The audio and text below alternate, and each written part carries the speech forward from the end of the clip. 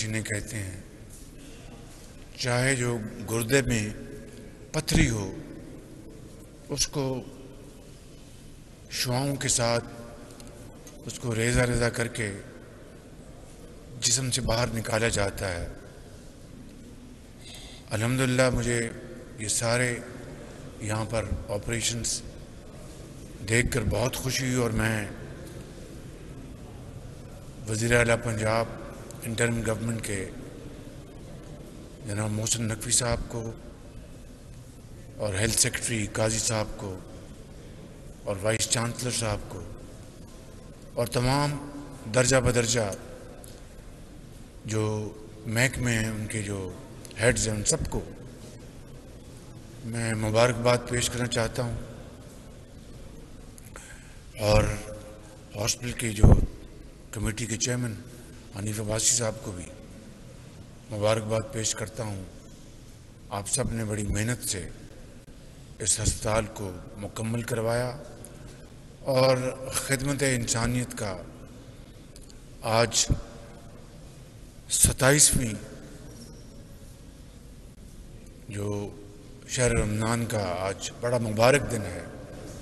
اس دن مریضوں کا یہاں پر علاج مہیا کرنا بہت بڑی عبادت ہے۔ اس ہسپتال کی بنیاد اس ناچیز نے 2012-13 میں رکھی تھی، اور پھر 2013 کے دور میں فنڈز مہیا کیے گئے، اور تقریباً 5 ارب روپے فنڈز یہاں پر لگ چکے ہیں، مگر اس ہسپتال کو بہت پہلے دکھی انسانیت کے لیے اپنا کردار ادا کرنا چاہیے تھا، لیکن کیا کیجیے کہ مجبوراً کہنا پڑتا ہے کہ پچھلی حکومت نے باقی منصوبوں کی طرح اس ہسپتال کو بھی ردی کی ٹوکری میں پھینک دیا۔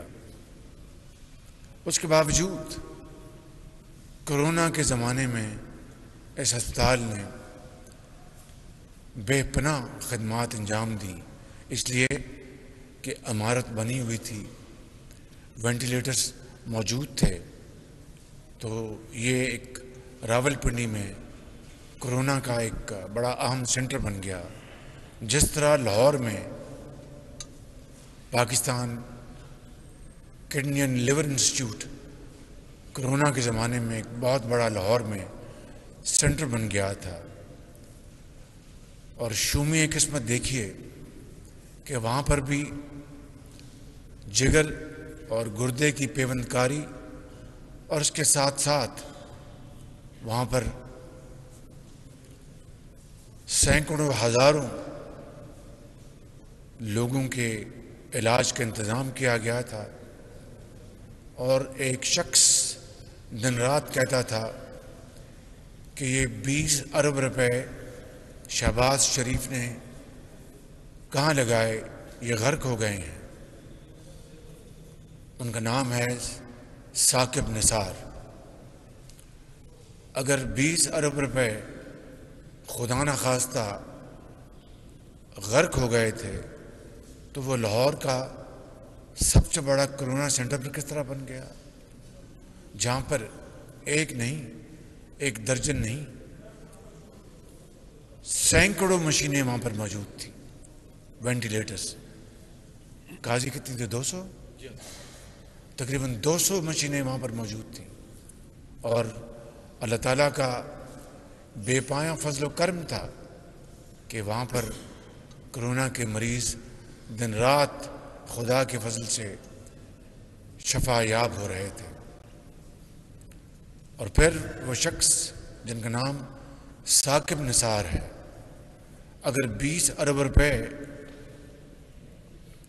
غرق ہو گئے تھے تو آپ تو ہفتے اور اتوار کو بھی اپنی عدالتیں لگایا کرتے تھے، بیوہ اور یتیم کو انصاف مہیا کرنے کے لیے نہیں، صرف سیاسی دکان آپ نے چمکا رکھی تھی۔ تو اگر 20 ارب روپے غرق ہو گئے تھے تو پھر اس کا آپ نے قوم کو کیوں نہیں بتایا کہ یہ پیسے فلاں فلاں مداد میں ہڑپ کیے گئے ہیں؟ آج بڑی مشکل سے پی کے ایل آئی کو دوبارہ پاؤں پہ کھڑا کرنے کی بہترین کوشش جاری ہے، کیونکہ بعد میں آنے والی حکومت نے پہلے تو ثاقب نثار اپنے بھائی کو وہاں پر لگوانا چاہتے تھے، اور جس طرح ڈاکٹر جن کو میں ہمیشہ کہتا ہوں کہ وہ ایک فرشتہ صفت انسان ہیں، کیا نام تھا ان کا؟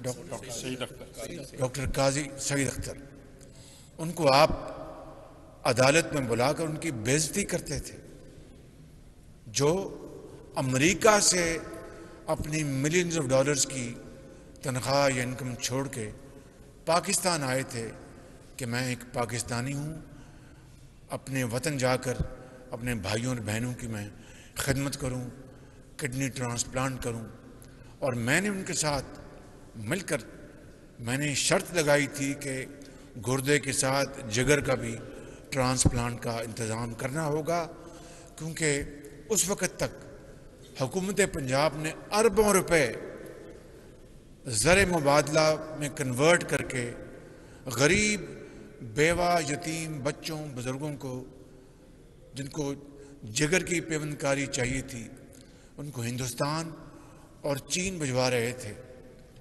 چین تو ہمارا ایک دوست ملک ہے، لیکن ہندوستان جس کے ساتھ پاکستان کے معاملات ہنوز طے طلب ہیں، کشمیر سر فہرست ہے، وہاں پر اپنا زر مبادلہ ان کے حوالے کر رہے تھے، اور ہم نے یہ کہا کہ پاکستان میں ایک سینٹر بنائیں گے، اور یہ پی کے ایل آئی اسی سوچ کی نتیجے میں بنا، اور صرف لاہور اور پنجاب کے لیے نہیں، صرف سندھ اور بلوچستان اور کے پی کے لیے نہیں، بلکہ گلگت بلتستان اور کشمیر کے بھائیوں اور بہنوں کے لیے بھی اس پی کے ایل آئی میں مفت پیوند کاری کا انتظام کیا گیا تھا۔ اس کے بعد ہر چیز ختم ہو گئی، سرد خانے میں چلی گئی، لیکن اب دوبارہ الحمدللہ پی کے ایل آئی اب دوبارہ اس خدمت کے میدان میں بڑھ کر کام کر رہا ہے۔ مگر میں ایک اور بات کہنا چاہتا ہوں، اور وہ یہ کہ پورے پنجاب میں پی کے ایل آئی کی چھتری کے تلے جو ہیپاٹائٹس کے سینٹرز بنائے گئے تھے پورے پنجاب میں اسٹیٹ آف دی آرٹ، ان کو پی کے ایل آئی سے پچھلی حکومت نے ختم کر کے ہٹا کے دوبارہ ہسپتالوں کے ساتھ جوڑ دیا، اور جو ہسپتالوں کی اس زمانے میں حالت زار تھی، اس کو الحمدللہ نواز شریف کی قیادت میں ہم نے پنجاب بھر کے ہسپتالوں کو ری ویمپ کیا اور ان کو دوبارہ اسٹیٹ آف دی آرٹ ہسپتال بنایا۔ اٹک میں، جہلم میں، راول پنڈی میں، لیا میں state of the art labs بنوائیں۔ تو میں اپنی بات کو مختصر کرنا چاہتا ہوں کہ خدا را ہمیں عوامی خدمت کے میدان میں سیاست کو شجر ممنوع قرار دینا چاہیے۔ کوئی حکومت آئے جائے، تعلیم اور صحت کے میدان میں قطعاً سیاست کی اجازت نہیں ہونی چاہیے۔ اور ایک طرف ثاقب نثار صاحب نے بطور چیف جسٹس یہ عمل کیا، اور دوسری طرف حنیف عباسی کو شکست دلوانے کے لیے شیخ رشید کے الیکشن کے ایجنٹ بن کے ان کے حلقے میں چلے گئے۔ یہ ایک ایسی تکلیف دہ داستان ہے، جب اس کا منظر نامہ یاد آتا ہے تو دل کو بہت تکلیف پہنچتی ہے۔ میں صرف یہ کہنا چاہتا ہوں کہ آئیں مل کر پاکستان کو صحیح معنوں میں پاکستان کو قائد اور اقبال کا پاکستان بنانے کے لیے اکٹھے ہو جائیں اور اللہ کا نام لے کر آگے بڑھیں اور غربت، جہالت، بے روزگاری، بیماری کا خاتمہ کریں۔ اب دیکھیے ابھی جو مشین، یہ جاپان سے مشین آئی، اور میں نے قاضی صاحب کدھر ہے؟ قاضی ادھر ہیں قاضی صاحب، یہ ایک بہت اچھا ایماندار یہ بیوروکریٹ ہے، سرکاری افسر، اور دل میں عوام کا درد رکھتا ہے۔ مجھ سے میرے ساتھ انہوں نے بطور ڈپٹی کمشنر، بطور additional secretary secretary to CM ایم، پھر یہ ہیلتھ سیکرٹری بھی لگے۔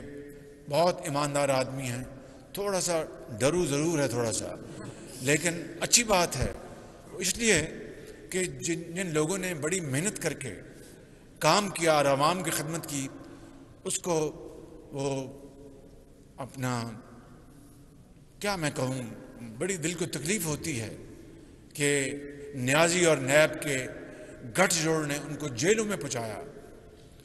پہلی جب میری جیل میں پیشی ہوئی تو یہ میرے ساتھ تھے اپنا نیب میں، تو وہاں پر انہوں نے پوچھا صاف پانی کا، پتہ نہیں صاف پانی کا، تو یہ بہت اچھا افسر ہے، میں اس کو ذاتی طور پہ جانتا ہوں، 15-20 سال اس نے میرے ساتھ کام کیا ہے۔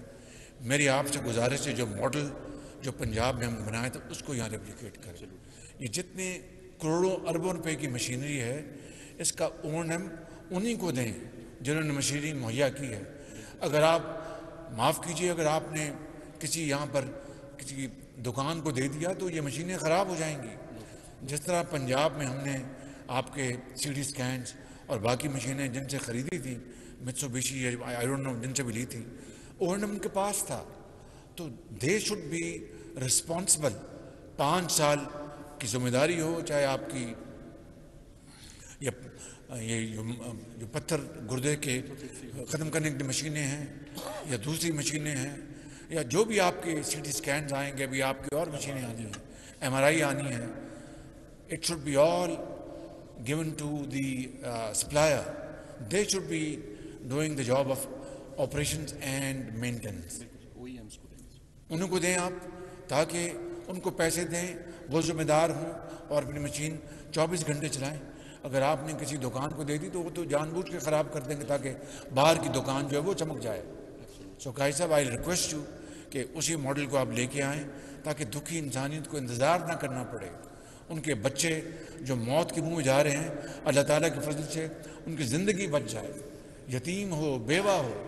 That's your class and you must maintain that class. میں یہاں پر تمام ہسپتال کے عملے کا بہت شکر گزار ہوں، اور آپ سب کا، ڈاکٹرز کا، اپنی نرسز بہنوں کا، اور میل ڈاکٹرز کا، فزیشنز کا، ایکسپرٹس کا، کنسلٹنٹس کا، پیتھولوجی کے جو ایکسپرٹس ہیں، آپ سب کا میں بہت شکر گزار ہوں۔ وائس چانسلر جو عمر صاحب میں جانتا ہوں، ماشاءاللہ بڑے قابل آدمی ہیں، مگر آپ کو اور آگے محنت کرنی چاہیے، کمٹمنٹ کے ساتھ کریں گے تو دین اور دنیا آپ دونوں کمائیں گے۔